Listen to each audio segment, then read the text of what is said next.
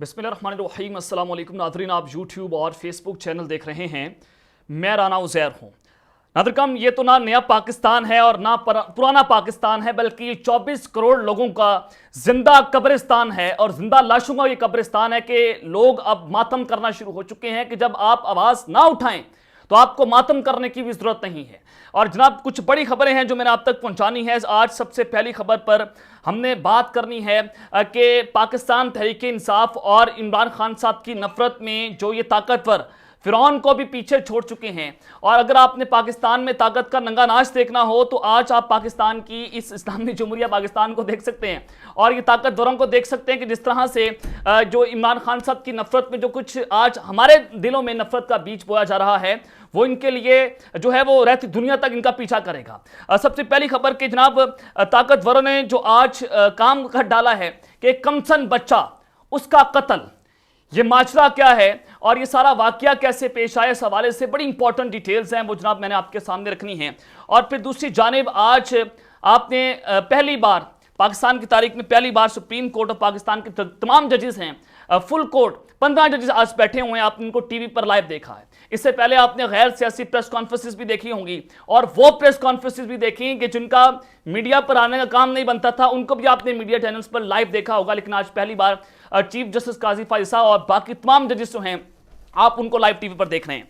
लेकिन जनाब, ये जो बड़ी खबर है कि चीफ जस्टिस जो हैं आज उन्होंने खुद अपने पर काट लिए हैं और वो बड़ी मुश्किल में फंस चुके हैं फुल कोर्ट बनाकर। इस हवाले से बड़ी इंपॉर्टेंट डिटेल्स हैं वो जनाब आपके सामने रखूंगा।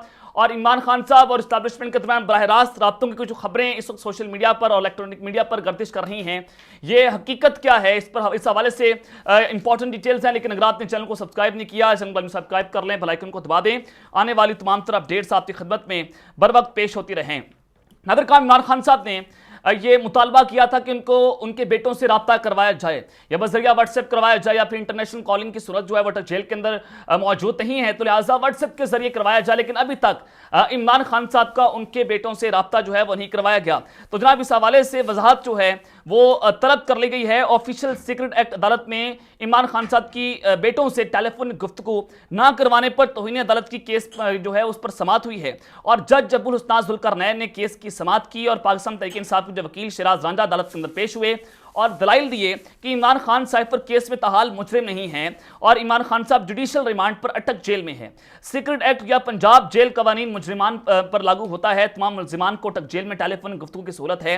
तो पाकिस्तान तहरीक इंसाफ के वकील ने सुप्रिटेंडेंट अटक जेल के खिलाफ तौहीन अदालती कार्रवाई की इस्तदा कर दी है। और फिर जनाब, जो जज अब्दुल हुस्नात हैं उन्होंने ओपन कोर्ट में फैसला तहरीर करवा दिया है और इस हवाले से जो है रिपोर्ट को तलब कर लिया गया है। लेकिन जनाब, आपने देखा कि अब नवाज शरीफ साहब जो हैं जिस तरह से उनको बाहर भेजा गया, एक पूरी डील का वो नतीजा था जो NRO general retired Qamar Javed Bajwa ने शरीफ खानदान को दिया। उनका तो वतीरा है कि जब पाकिस्तान में इनको इक़्तिदार मिलता है तो ये पूरे प्रोटोकॉल के साथ यही इस्टेब्लिशमेंट को वतन वापस लाती है और यही इस्टेब्लिशमेंट को वतन से बाहर भेजने वाली है। और आज भी आप ये सारा कुछ होता हुआ देख रहे हैं, इनको कोई फिक्र नहीं। ताकत का नंगा नाच आज पाकिस्तान के अंदर आप होता हुआ देख रहे हैं। तो जनाब, नवाज शरीफ साहब को बाहर भेजने का मामला 50 रुपए के स्टाम्प पेपर पर इनको भेजा गया, शहबाज शरीफ साहब की गारंटी दी गई। तो अब एक दरख्वास्त दायर की गई है शहबाज शरीफ के खिलाफ तहकीकात के लिए। दरख्वास्त दायर, अदालत को नवाज शरीफ की बीमारी पर तहकीकात करने पर गौर करना चाहिए और दरख्वास्त में मौक़िफ़ अदालत ने दरख्वास्त पर समाअत जो है वह गैर मुअय्यना मुद्दत तक मुलतवी कर दी है। अगर यहीं पर इमरान खान साहब की बात आ जाती तो आप यही देखते कि यही चीफ जस्टिस, यही जनाब इस्लामाबाद के चीफ जस्टिस जो है इनकी दौड़ें लगती, यही रात को अदालतें खोली जाती कि जनाब इमरान खान साहब ने आइन तोड़ दिया, इमरान खान साहब ने झूठ बोल दिया, इमरान खान साहब ने ये कर दिया वो कर दिया।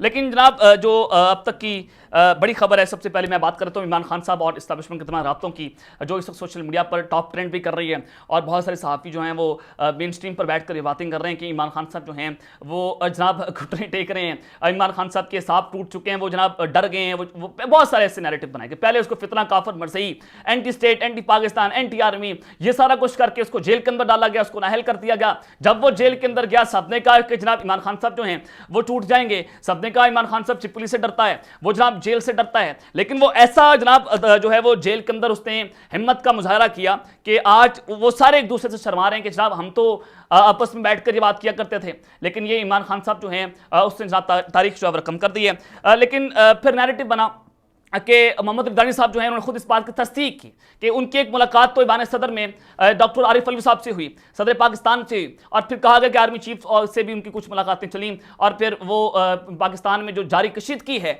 उसको ख़त्म करने की पूरी कोशिश कर रहे हैं, और एक पॉजिटिव जेस्चर जो है वो आपको जल्द देखने को मिलेगा। ये मोहम्मद रिजवानी साहब ने खुद इसका क्लेम किया। लेकिन जनाब आज जो बड़ी खबर है कि पाकिस्तान तहरीक इंसाफ के जो बानी रुकन हैं और जो वकील हैं हामिद खान साहब, उन्होंने एक बहुत बड़ा दावा किया है। उन्होंने कहा है कि इमरान खान साहब को इदारों से ना उलझने का मशवरा दिया था।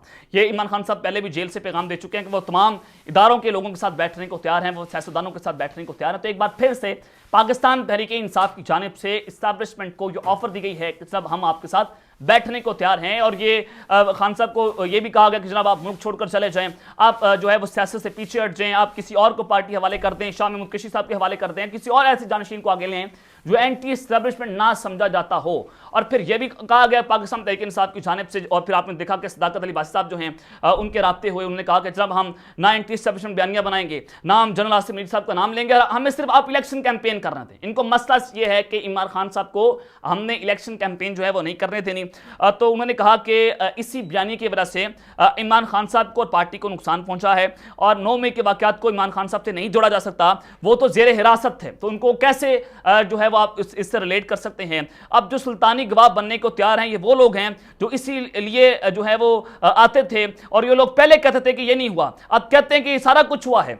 तो इनकी क्रेडिबिलिटी आपके सामने है। हामिद खान ने मजीद कहा कि इमरान खान ने 3.5 साल में बहुत कुछ सीखा है, और मैंने इमरान खान को कहा था कि खामखा इदारों से झगड़ा ना करें, अदलिया इलेक्शन कमीशन से ना बिगाड़ें, और इमरान खान साहब को जो मशवरा देने वाले थे वो बात बढ़ाते थे। इमरान खान को जो मशवरा देते थे उससे मामला मजीद उलझ जाते थे, और मेरे साथ इमरान खान साहब इत्तफाक करते थे, लेकिन बाद में आने वाले मामला उलझा देता था। और इमरान खान साहब से यह भी कहा गया था कि कमर जावेद बाजवा को छोड़ें, वो रिटायर्ड हो चुके हैं, गैर जरूरी लोगों के नाम लेकर बात ना बढ़ाएं। तो हामिद खान ने कहा कि पाकिस्तान तहरीक इंसाफ एक बहुत बड़ी जमात है, इसके बगैर इंतखाबात की कोई साख नहीं होगी। नवाज शरीफ जब ज़ेरे इताब थे, इनकी जमात को इलेक्शन में मुकम्मल आज़ादी थी।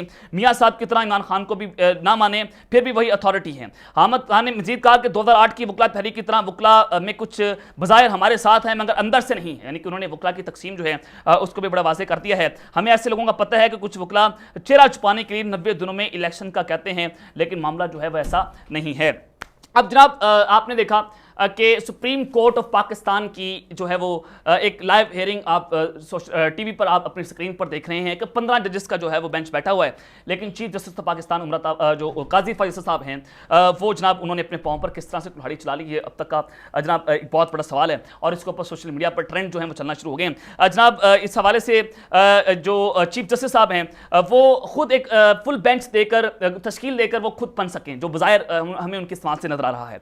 चीफ जस्टिस ने साथी जजेस के सवालात से तंग आकर ये कहा कि जनाब आप जो हैं वो सवालात कम करें और वकला को दलाइल देने दें। और फिर हुआ ये कि फिर फौरी तौर पर जस्टिस जमाल मंदो खैल साहब ने अपना सवाल जो है वो दाग दिया, और चीफ जस्टिस ने मुस्कुराते हुए ये बोला कि मुझे लगता है कि मेरे कोलीग्स जो हैं वो मेरे खिलाफ हो गए। और फिर उसके बाद इम्तियाज सिद्दीकी साहब ने जिस तरह से ताबड़तोड़ जवाबात दिए चीफ जस्टिस के सवालात के, वो भी जनाब इस वक्त कमरा अदालत के अंदर उसने भी बड़ी धूम मचाई, और चीफ जस्टिस ने बार बार उनको टोकने की कोशिश की, और जब वो टोकते गए काजी फैसल साहब तो इम्तियाज सिद्दीकी और चीफ जस्टिस के दरमियान एक बड़ा ज़बरदस्त मुकालमा भी होता है, इनमें जनाब झड़प भी होती है। तो इम्तियाज सिद्दीकी साहब कहते हैं कि मैं आधे घंटे से आपको सुन रहा हूँ, आप जनाब मैं कुछ बात करता हूँ आप फिर सवाल दाग देते हैं, मैं फिर बात करता हूँ कि और साथी जज जो है उसके ऊपर सवाल कर देता है, तो जनाब मुझे बोलने दें, मुझे दलाइल देने दें, मैं आधे घंटे से आपकी बात सुन रहा हूँ। तो जनाब उन्होंने वहाँ पर उनकी टोन जो है थोड़ी ऊंची, और उन्होंने कहा कि आप मेरे दलाइल सुनते हैं, अगर नहीं सुनते तो मैं बैठ जाता हूँ, अब किसी और को मौका दे लें, अब फिर आप बात कर लें, हमें बात करने की जरूरत नहीं है।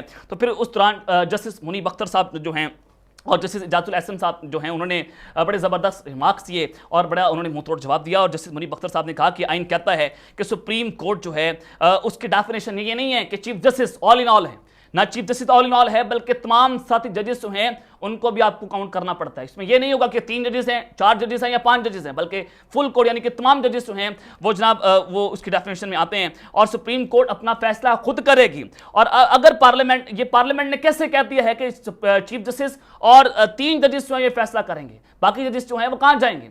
बाकी जजेस जो हैं वो यहाँ पर जनाब पेंचर लगाने आए। तो ये एक बहुत जन्म क्वेश्चन उन्होंने उठाया कि पार्लियामेंट ने कैसे कह दिया है कि 3 जजेस वो काम करेंगे और चीफ जस्टिस करेंगे, बाकी जजेस जो हैं जाते जाए भाड़ के अंदर। तो ये एक इख्तियार जो है वो 3 लोगों को कैसे दिया गया है, ये उन्होंने बड़ा एक वैलिड क्वेश्चन उठाया। लेकिन उम्मीद है कि यहाँ पर जो चीफ जस्टिस काजी फैसल साहब ने सुप्रीम कोर्ट की एक लाइव हेयरिंग आप सबके सामने सुना दी है, तो मुझे बड़ी उम्मीद है कि जो साइफर केस का मामला था और वो साइफर चीफ जस्टिस के पास, साबिक चीफ जस्टिस के पास पहुंचा हुआ है, सुप्रीम कोर्ट के अंदर पड़ा है, पार्लियामेंट के अंदर पड़ा है, प्राइम मिनिस्टर हाउस से आपको मिल जाएगा, वजारत खारजा के अंदर पड़ा है, वो साइफर पूरी कौम के सामने लाया जाए, जिसके खिलाफ एक पूरा नैरेटिव था कि खान साहब ने अपना एक सियासी बयानिया बनाया है और पाकिस्तान को जनाब उन्होंने तोड़ने की कोशिश की है, गद्दार कहा गया इस सारे साइफर के मामले के ऊपर। तो मैं उम्मीद करता हूं कि चीफ जस्टिस काजी फैसल साहब जो हैं वो लाइव हेयरिंग चलाएंगे साइफर केस की, पूरी कौम को दिखाएंगे कि कैसे पाकिस्तान की एस्टैब्लिशमेंट और पाकिस्तान में कैसे एक बैरूनी मुदाखलत होती है। अमेरिका के कहने पर एक साबिक रिटायर्ड जनरल जो हैं उसने एक चलती हुकूमत को घर भेजा, रजीम चेंज ऑपरेशन किया, उनको जनाब कैफे किरदार तक पहुंचाना चाहिए। उम्मीद की जाएगी कि जनाब ये पाकिस्तान के मसला ये नहीं है कि supreme court practice and procedure bill आप टीवी पर दिखाएं। हमारा मसला यह है कि जो आज पाकिस्तान की सूरत हाल है, मिसिंग पर्सन का मसला है, और जो सबसे बड़ा मसला यह है कि आज एक कमसन बच्चा जो है उसका कत्ल हुआ है, कि आज 24 करोड़ जिंदा लाशों का ये कब्रिस्तान है। क्या आप इसके ऊपर मातम तो कर रहे हैं, आवाज कोई नहीं उठा रहा। पाकिस्तान में ये बुज़दिल कौम है। मैं हमेशा कहता हूं कि इमरान खान साहब इस बुज़दिल कौम के बहादुर लीडर हैं जो आज वो जेल के अंदर बैठे हुए हैं। और I am repeating again and again कि इट्स अ मर्डर। ये कत्ल हुआ है एक बच्चे का, कि हुआ ये कि पाकिस्तान तहरीक इंसाफ के सीनियर रहनुमा हैं, सॉरी जो मियां अबाद फरूक साहब जो हैं, उनको 9 मई की आड़ में गिरफ्तार कर लिया गया। और जैसे गिरफ्तार किया गया वो सब कुछ आपके सामने, वो फिर उनकी जो वीडियोस हैं वो भी सोशल मीडिया पर आजकल वायरल हो रही हैं। तो उनका कमसन बेटा जो है वो जनाब इंतकाल कर गया, और मियां अबाद फरूक के बेटे की जो वीडियोस हैं वो गुज़श्ता कुछ दिनों से सोशल मीडिया पर गर्दिश भी कर रही थी, जिसमें उन्हें इंतहाई बुरी हालत में भी देखा जा सकता है। और पाकिस्तान तहरीक इंसाफ के ज़राए ये दावा कर रहे थे कि अबाद फरूक बेटे की हालत 9 मई के बाद घर पर पढ़ने वाले छापों और एहसानी के बाद जो है वो बढ़ जाती है। और अबाद फरूक की पहली भी कुछ वीडियोस जो है मंजर आम पर आई थी, जिनमें उन्हें सेहतमंद और हंसते खेलते हुए देखा जा सकता था।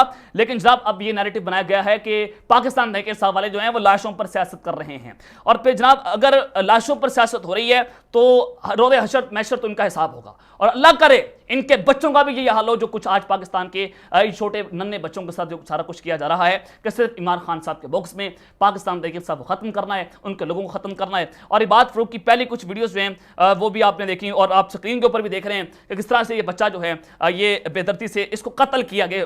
ये कोई जनाब इसकी कोई तभी मौत नहीं थी, कि कत्ल हुआ है। ये रियासत होगी माँ की, जैसे जब हर शहरी से प्यार करेगी, फौज से लगेगी सबको अच्छी, जब सरहद पार काम करेगी।